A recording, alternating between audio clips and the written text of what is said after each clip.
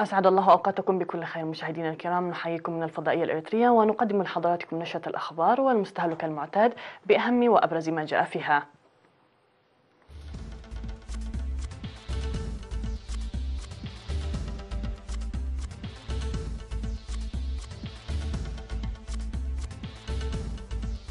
إحياء اليوم العالمي للغذاء. تنظيم انتخابات مدراء الضواحي في هيكوتا. فرع الجمعية الوطنية لمعاقي الحرب في عنسبة يسعى جاهدا لتعزيز عمل فعال. عشرات القتلى في حريق خط أنابيب النفطين بنيجيريا. منظمة الصحة العالمية تقرر عقد اجتماع لبحث تفشي الإيبولا. ودول أوروبية تضغط لفرض عقوبات على مرتكبي الهجمات الإلكترونية.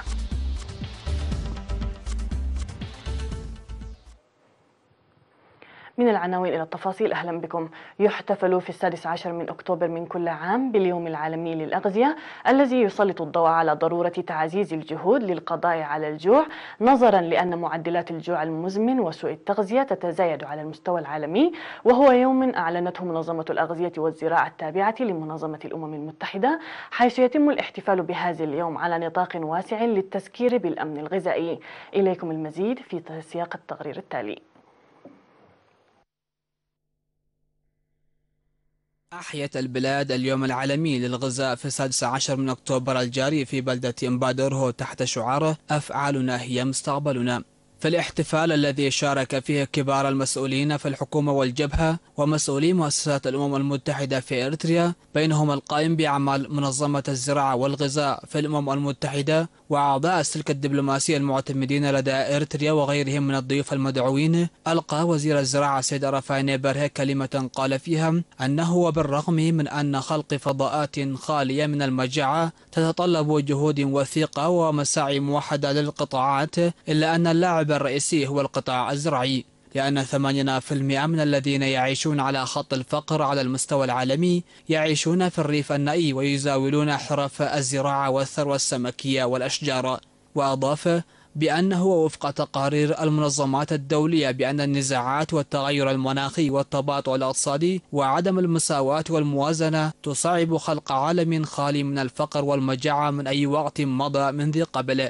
وأضاف الوزير رافايني قائلا إن قادة العالم التقوا في العامين 1996 و2001 واتفقوا لانخفاض مستوى المجاعة في العالم في العام 2015 بالنصف، إلا أن هذا التعهد حظي بفشل ذريع. وفيما يتعلق بهذا، وكما يشير تقرير منظمة الزراعة والغذاء العالمية الصادر في العام 2017 أن 820 مليون شخص كانوا يعانون من المجاعة على المستوى العالمي، وهذا لا يختلف عن فضاءات العام 1996. وذكر الوزير رافايني بأنه وأخذا في الاعتبار هذه الفضاءات يجب على القطاعات المختلفة العمل المنسق لتنفيذ هذا الهدف النبيل والمنشود، موضحا بأنه بموجب ذلك هناك سياسة واستراتيجية واضحتان ومشجعتان تنفذان بوعي ومسؤولية كافة الشركاء. من جهته قال السيد كليفر مابوسني الذي ألقى كلمة ممثلا لمنسقة القضايا الإنسانية لدى الأمم المتحدة ومسؤولة برنامج التنمية بالمنظمة في إريتريا الآنسة سوزان نغونغي، قال فيها أن منح الاهتمام الأكبر في الوقت الحالي لتطوير أهداف التنمية المستدامة بتأكيد أهداف عالم خالي من المجاعة والقضاء على الفقر، مشيرا إلى أن برنامج التنمية التابع للأمم المتحدة يعمل في الوقت الحالي بالتنسيق مع الحكومة الإريترية معطيا تحقيق تلك الأهداف المنشودة كأحد أهم أهدافه. من جانبه قال الدكتور ديفيد سيسي الذي قدم كلمة المدير العام لمنظمة الغذاء والزراعة الدكتور غرازيانو دا سيلفا أن هذا اليوم يوافق إنشاء اليوم العالمي للقضاء على المجاعة قبل 25 عاما، ومنذ تلك الفترة أنقذ حوالي مليار شخص من الفقر، مشيدا بجهود وأمنيات طيبة للقادة السياسيين. في غضون ذلك قرأت في المناسبة كلمة المدير القائم بأعمال البرنامج العالمي للغذاء، وحفلت مناسبة الذكرى بعرض صور متحركة تعكس الأوضاع الزراعية في بلادنا والعالم، وتوزيع الشهادات التقديرية على المزارعين النموذجيين، وبرامج فنية وثقافية تعكس أهمية المناسبة. نظمت في مديرية هيكوتا انتخابات مدراء الضواحي ولجان القرى لتقديم خدمات إدارية فاعلة للسكان عن قرب. وأفاد مدير المديرية السيد شيخ الدين صالح أن الانتخابات جرت في ضواحي هادمدي وبلوت باي وعشنكيت ولبناي وقرشا وألبو وبلقاي وغوبوش وقرسب وبلدة هيكوتا لتغيير الإدارة السابقة التي خدمت لفترة طويلة. وأشار إلى أن انتخابات مدراء الضواحي تسهم لسد الفراغ الإداري الذي يظهر وتقدم خدمات أفضل وتنظيم قوي للسكان، داعيا المواطنين للتعاون مع الإدارة المنتخبة.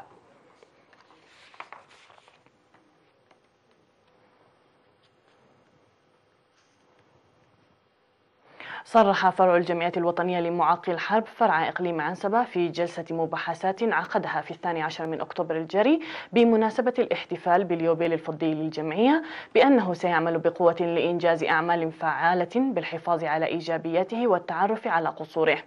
وتبحث الأعضاء القادمين من 9 مديريات بالإقليم بعمق حول خلفيتهم ومشاركاتهم في النضال الذي خيض لنيل الحرية وحماية السيادة الوطنية ودور الجمعية لجلب تغيير اقتصادي اجتماعي للمعاقين ومشاركة المرأة المعاقة في الجمعية والخدمات الصحية التي تقدمها الجمعية والإيجابيات والقصور في أنشطة الجمعية وعلى ماذا تركز الجمعية في المستقبل.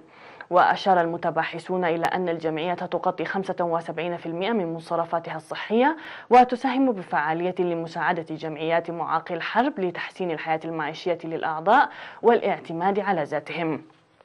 وذكر مسؤول الجمعية في الإقليم السيد داويد جبر كورستوس بأن تقييم المشاركين أوضاع الجمعية بعمق يساعد في وضع البرامج المستقبلية، مؤكدا جاهزية الجمعية لتعزيز برامج فعالة وتنفيذها. وتشير مستندات فرع الجمعية في الإقليم بأنه قامت بتأهيل 9 مديريات بالإقليم بأعمال الأفران والحدادة والنجارة والمقاهي والفندقة وتربية الماشية وعربات الكرو، ونتيجة لذلك استطاع بعض أعضائها أن يصبحوا أصحاب رأس مال.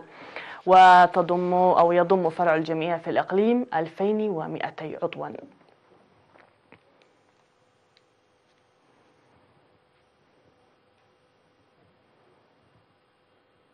تم تطعيم أكثر من 68,500 من الماشية في مديرية دك أمحرة بالتعاون بين مكتب الزراعة وشركائه في المديرية ضد الأمراض والآفات.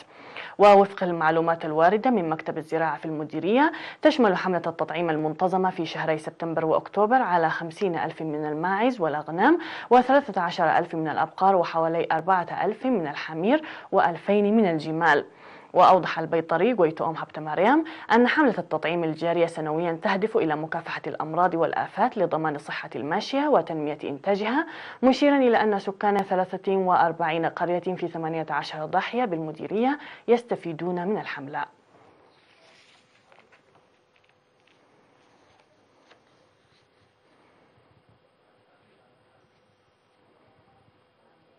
أوضح مدير مديرية الضبحة السيد إدريس علي بأن نشر الخدمات الاجتماعية يسهم إيجابا في الحياة المعيشية للسكان. وذكر عن بناء بئرين وضخ المياه بالطاقة الشمسية، ويحصل معظم السكان على مياه الشرب الصالحة. كما تحصل 5 ضواح من جملة 6 ضواح على خدمات التعليم.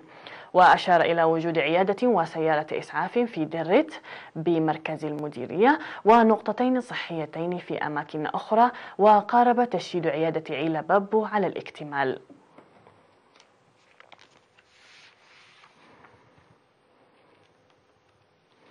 مشاهدينا الكرام، من الأنباء المحلية إلى الأنباء العالمية بعد هذا الفاصل.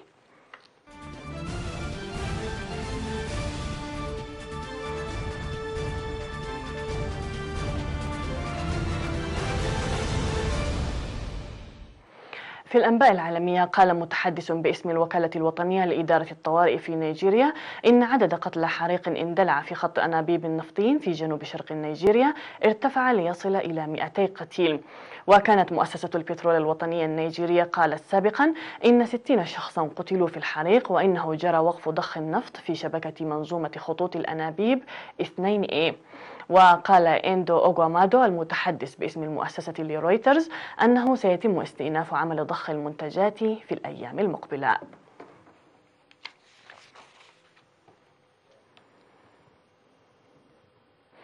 قالت منظمة الصحة العالمية إن لجنة للطوارئ ستجتمع لاتخاذ قرار بشأن ما إذا كان تفشي مرض الإيبولا في جمهورية الكونغو الديمقراطية يمثل حالة طوارئ للصحة العامة تدعو للقلق الدولي، وذلك مع ارتفاع عدد قتلى الفيروس.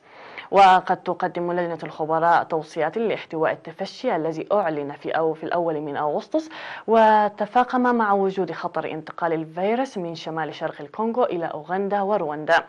وقالت وزارة الصحة في الكونغو إن إصابة 33 شخصا بفيروس الإيبولا تأكدت خلال الأسبوع المنصرم فحسب، بينهم 24 مصابا لقوا حتفهم. وأفادت التقارير بوجود أكثر من 200 حالة اشتباه في الإصابة بالفيروس في المجمل، ومعظمها تأكد. كما لقي نحو 130 شخصا حتفهم بسبب المرض منذ يوليو.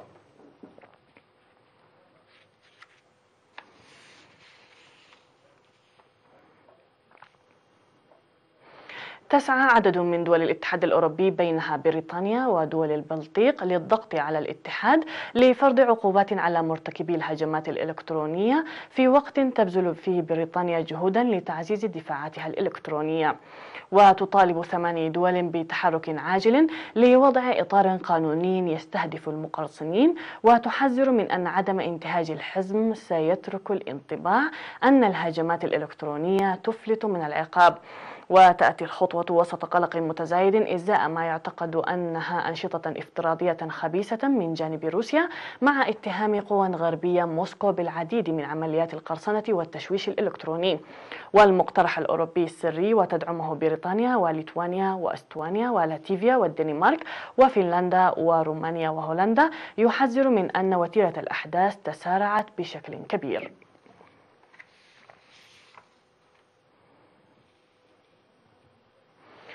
تعرض قطعة صخرية ضخمة من القمر في مزاد علني مقابل 380 ألف جنيه استرليني، ما يعادل 500 ألف دولار في بوسطن.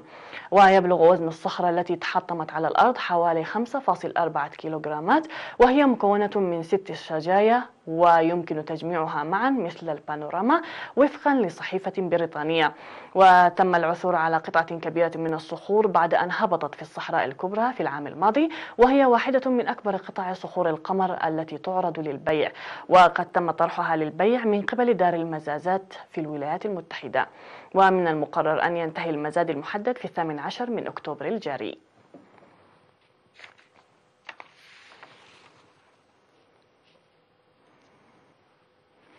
نهاية النشرة مشاهدينا الكرام، شكرا لكم على حسن المتابعة، تحية لكم أينما كنتم، إلى اللقاء.